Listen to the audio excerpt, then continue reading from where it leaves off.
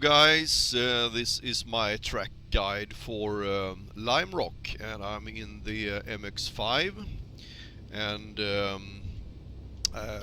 as you know, who has been following my track guides, I don't usually drive these kind of cars, so I've done a 5, 6, 7, 8 laps something here now just to get back into the rhythm. The car is softer than it was before, still enjoy it anyway. It's good to have a starter car here in the simulator that is not too extreme, so I think it's good.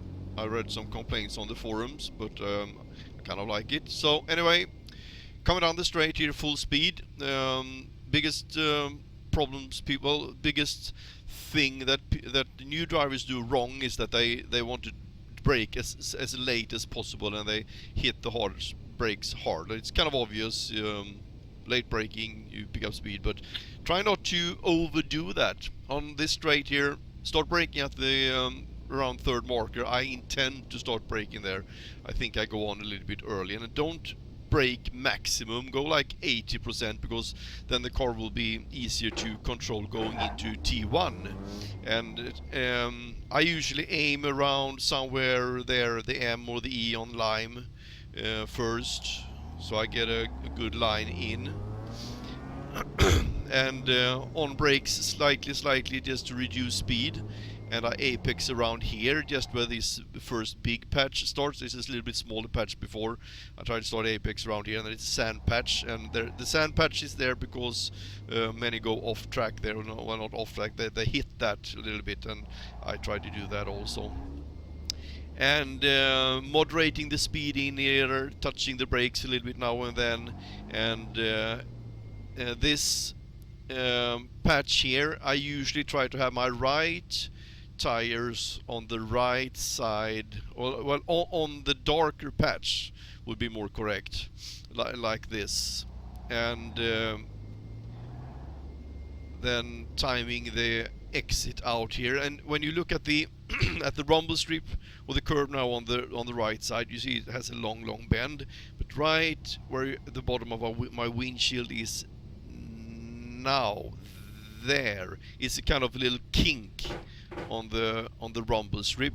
If I go back, you will see it. You see it there, a little bit like a kink, right there. From there on onwards, I try to go parallel to the rumble strip or the curb.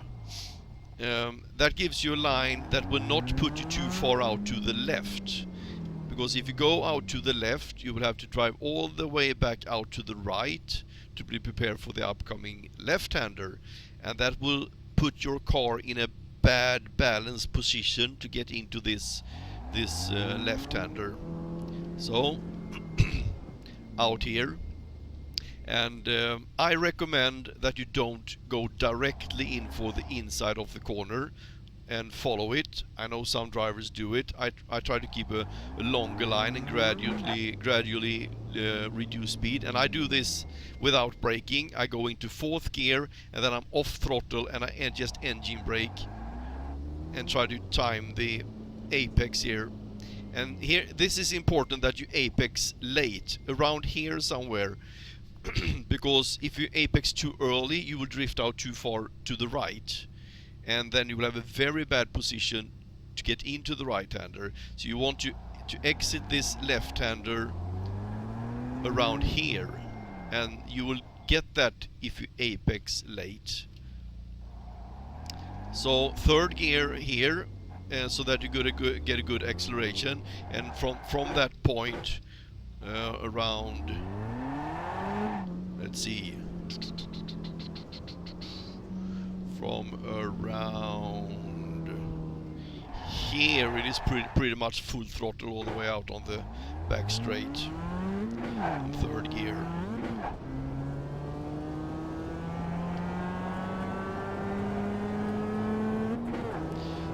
The right-hander up the hill, I also do not brake, and you may ask why I don't brake, and that is because when you're not very good at braking, it's very easy to brake too hard, too much, or not enough. So if you just lift off and coast, you will time the correct speed going into the corner more accurately, lap after lap. So if you just lift off throttle in 4th gear, when you get to this, you see the white line here, it also makes a little kink there. That is where I'll lift off from here, and I stay out on the left side. And I hit the apex pretty much in the middle of it, full throttle over the crest.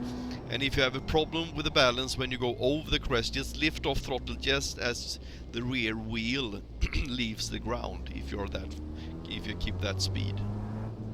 Same thing for this right-hander. I don't brake. You see there is a little kink here also. You see it if you look along the line there, and about 2 car lengths before that I lift off.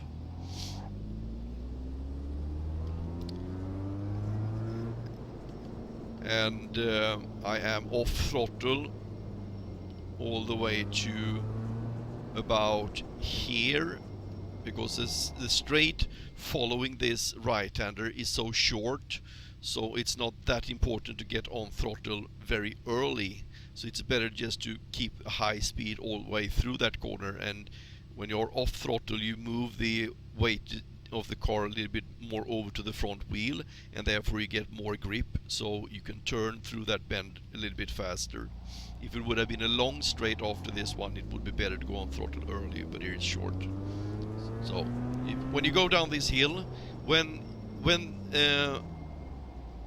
at the bottom of the hill you have a compression, and it is right here.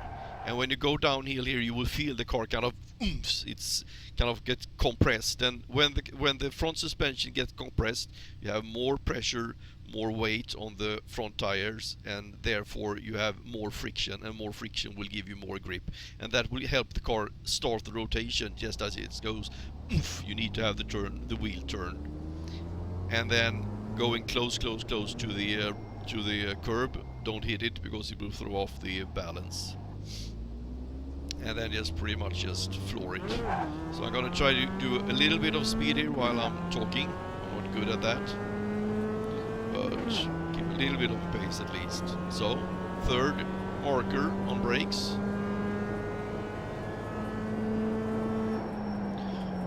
Ease into it. Hit the apex late around there. And don't go too far out to the left. 4th gear, and I'm engine braking. I downshift to get a little bit of rotation and more acceleration.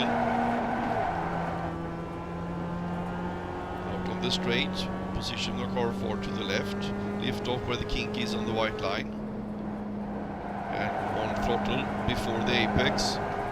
Up the hill, lift off a little bit if you need to, lift off before this kink, oops. Throttle again, go down the hill, and when it compresses, turn the wheel, and on throttle again, and out on the straight. So I saved a lap that went well, so I'm gonna run that back for you, and I'm gonna show it twice, from inside the car and from behind the car. And I think this one was without off tracks. So 3rd marker on brakes, not braking too much, 70-80%. Apex at the sand patch. I was pretty much dead center there on the grey tarmac patch. 4th gear, engine braking. You see no brakes on. 3rd gear, up to 4th again. Position the car over to the left, lift off at the kink, hit the throttle, up the hill, lift off before this kink, engine brake, turn through the bend, on throttle a little bit after the apex, go down the hill, turn the wheel, it compresses there, and on throttle.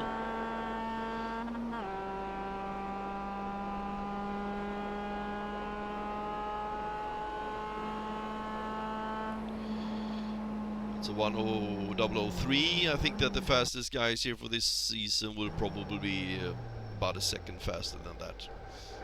So I hope this helped you guys. Well, I'm going to show this from inside the car also. I think that that could help. Let's see. Cockpit and laps. Lap 7. On brakes at third. Don't go maximum on brakes. At apex at the sand patch. Don't go too far out to the left. And don't go too far out to the left here either. Lift off into fourth gear and just cruise. Downshift to third. On throttle. Nice smooth line. Now prepare, put your car to the left side. Lift off at the kink. Nicely on throttle, up the hill. Lift off there if you're having problems with balance. Lift off before the kink here.